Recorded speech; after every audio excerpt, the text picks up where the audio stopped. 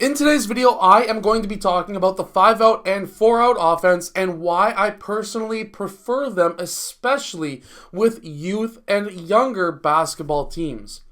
These are super simple plays, or at least they can be super simple plays, that you can run with your team, and they will get you baskets. But the most important thing is the fact that 5-out as well as 4-out offenses are technically could be positionless basketball. So let's get down, let's check this out, because we really don't want to pigeonhole certain players into only one position. It would suck to have a kid who grows super early, who plays center, who's not allowed to dribble the ball, and then all of a sudden 1 year say, wow, everyone else is 4 inches taller than me, and now I'm a point guard.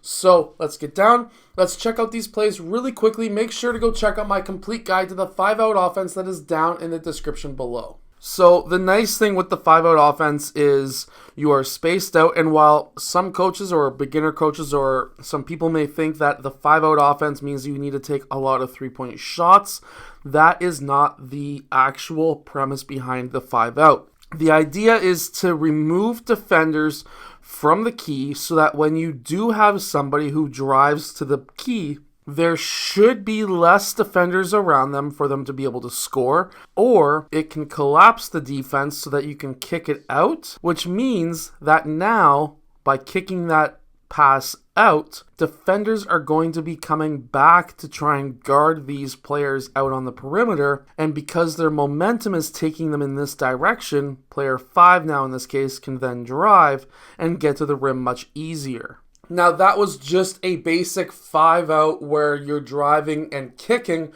but the idea is to basically explain how you can spread the defense out and create a lot of opportunities for your team, your players, to be able to score. We have to remember that while there are a couple of players who can shoot three-point shots at a very high level, a lot of players these days are slashers. They want to be able to get to that rim. And not many players are able to do that successfully. The high elite players can do that successfully. And in the 5-out offense, it is really going to be able to help you get those more elite players who can slash to the rim successfully more easy layups. Plus, it can allow you to run more advanced plays. For example, this one where player 1 passes the ball to player 4. He cuts, which is the basic 5-out offense, but after he cuts, let's say he's not open, he can go and then back screen for player 3. Player 3 then cuts to the rim. Player 5 fills the top. Player 2 fills the wing. Once player 3 finishes cutting, he then pops out to that corner. Player 4 makes this pass and then down screens for player 1, who then can pop up, and this can be a 3-point shot, or we can hit the roll man in player 4. So now we are not just looking at the 5-out and being like, okay, well, now we're trying to spread this defense out. We can run really advanced sets, or at least more advanced sets, than just a basic pass and cut.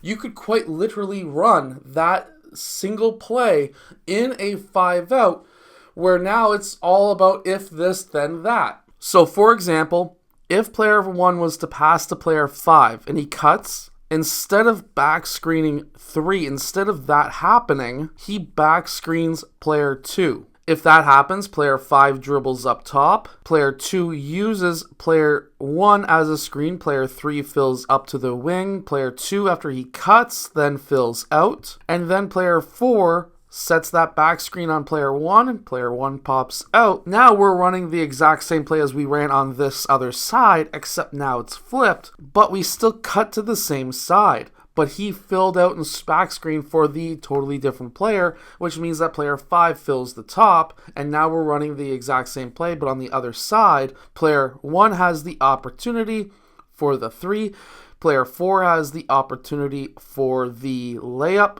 and now it just comes down to who player 5 can pass to. And the best part is you can actually continue this play. So for example, let's say player 4 and player 1 were not open. Player 4 can set the back screen now on player 2. Player 2 cuts. After using 4 as a screen, player 3 comes down, screens for player 4. 2 fills out. 4, 3 rolls. Now we have the 2 options yet again on the other side of the court. And if you coach, let's say, a senior high school team, and let's say we set this back screen, but player 5 goes and dribbles to this side instead and sets the dribble handoff with player 4, player 5 can then pop. Player 4 attacks the rim. He may have player 2 open. He may have the shot open. He may have the kick out open to player 5. There's a lot of different options. Maybe player 1's man helped off here. We can kick it out here.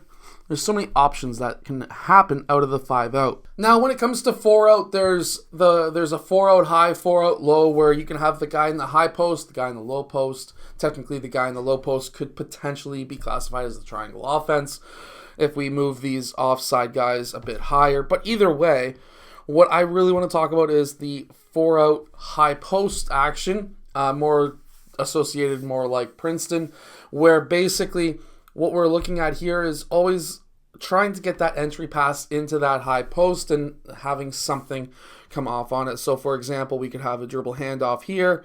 This could lead into a layup. We can have another cross here. We can have them cross at the same time. We could have kind of like a backdoor action.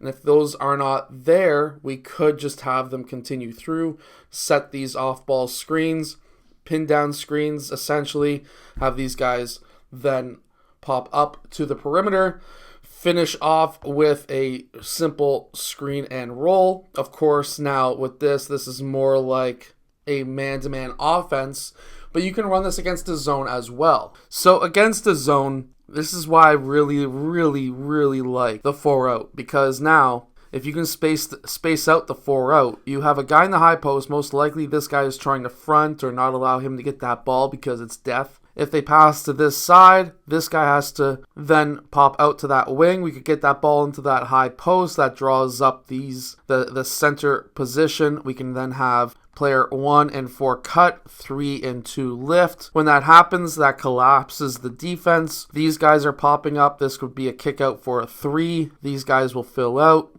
Let's say they defended that extremely well. Well, now what we can do is have the ball go and swing to the opposite side, stunt and recover, right? Player 4 gets it. He drives baseline. That's going to collapse these guys. Player 1 stays here. Player 5 drops. This is a quick pass, bounce pass, lob, whatever to player 5 for the layup. I actually really prefer the 4 out against zone defenses myself. I also like 5 out against the zone as well. So while with 4 out, you are still getting that traditional center or forward who sits in the high or low post, but at least then you're giving him opportunities to make that pass, which is teaching him at the very least passing skills. You can also stick a guard up there as well. There's a lot of different options and opportunities with 4 out. You don't necessarily have to run traditional positions, but it's up to you as a coach. I hope that this video helps you and, of course, your team win more games. Make sure to go check out my complete guide to the 5 out offense that is down in the description below, and I'll see you guys again in my next video.